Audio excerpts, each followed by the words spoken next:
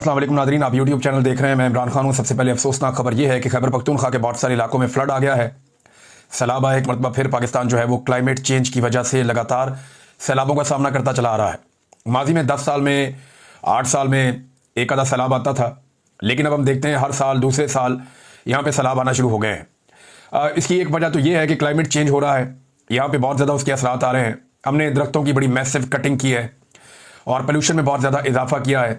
हवा के अंदर जो गैसेस का अखराज है वो पाकिस्तान की तरफ से और हमारे हमसाया ममालिक की जानिब से बहुत ज़्यादा है।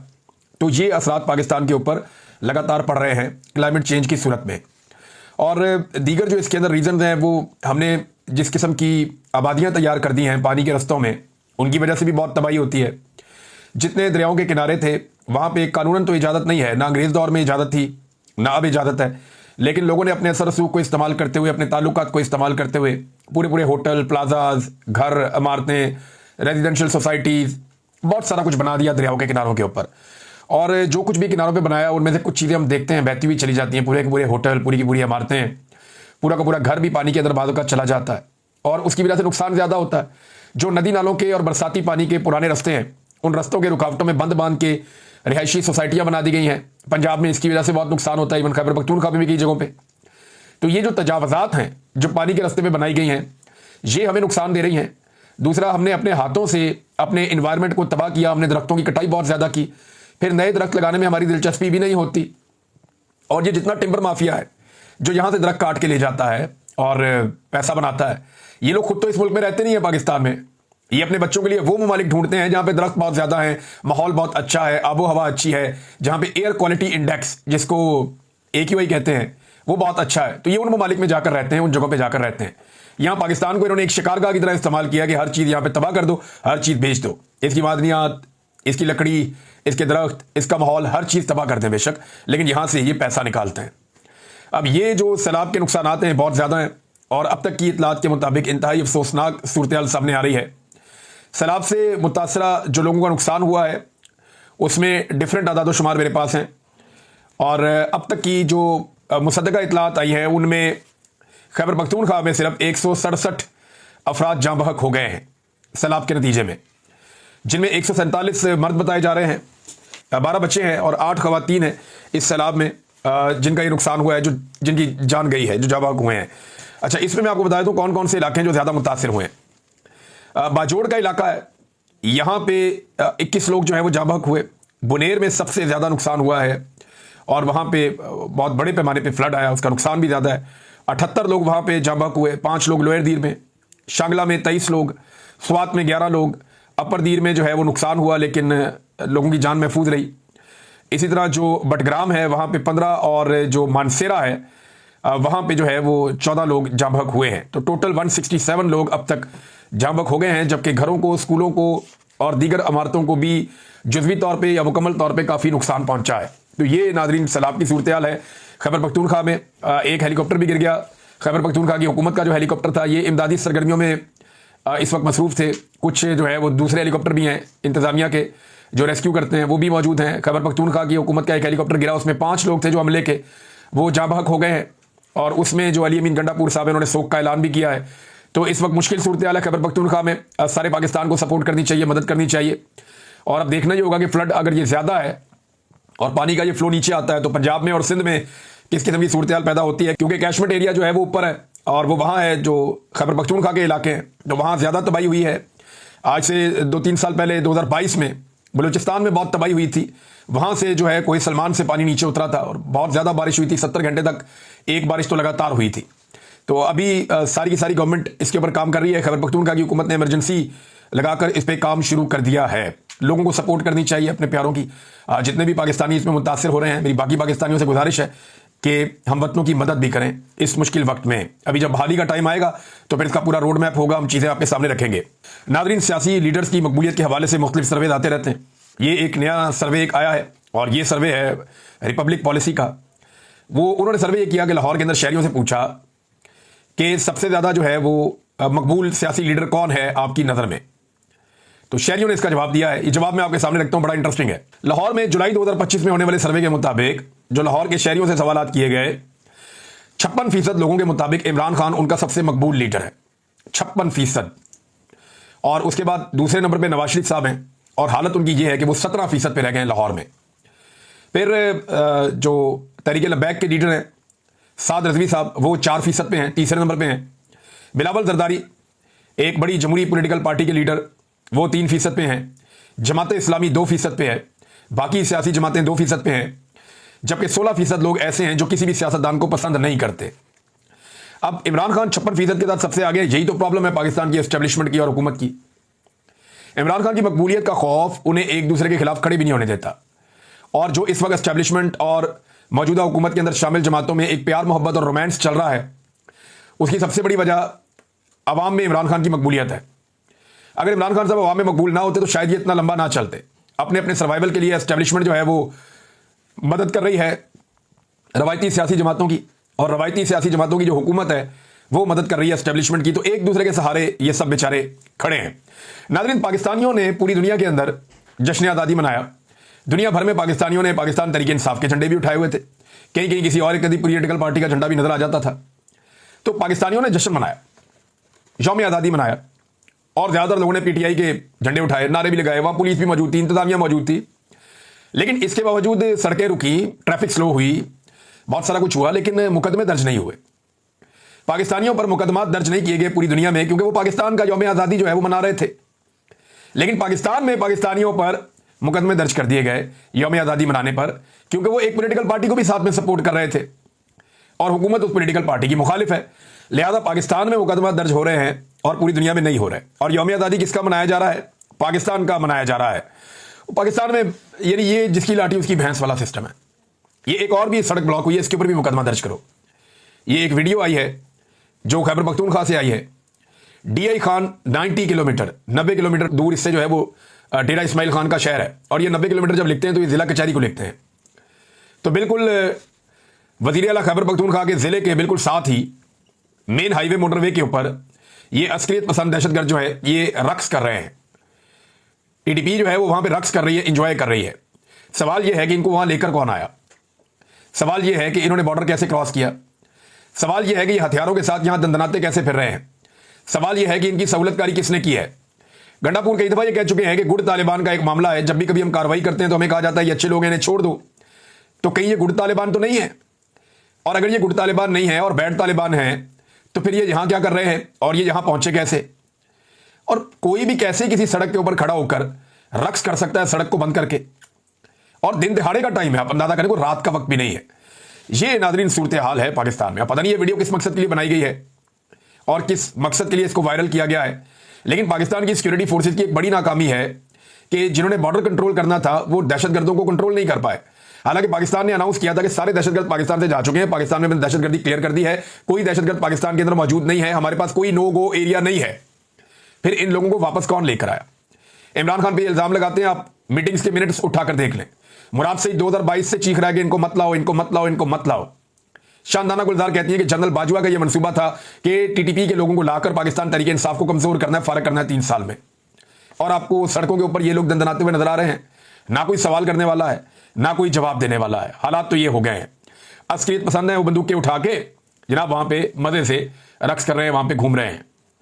नाज़रीन, कुछ चीजें मैं आपके सामने रखता हूं कि पाकिस्तान की हुकूमत की तवज्जो किस तरफ है।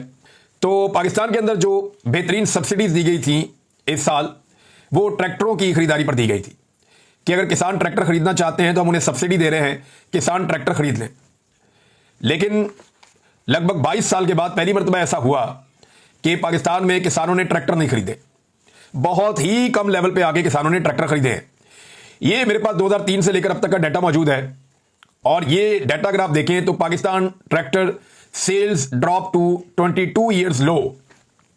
22 साल के लोएस्ट लेवल के ऊपर पाकिस्तान में ट्रैक्टरों की खरीदारी पहुंच गई।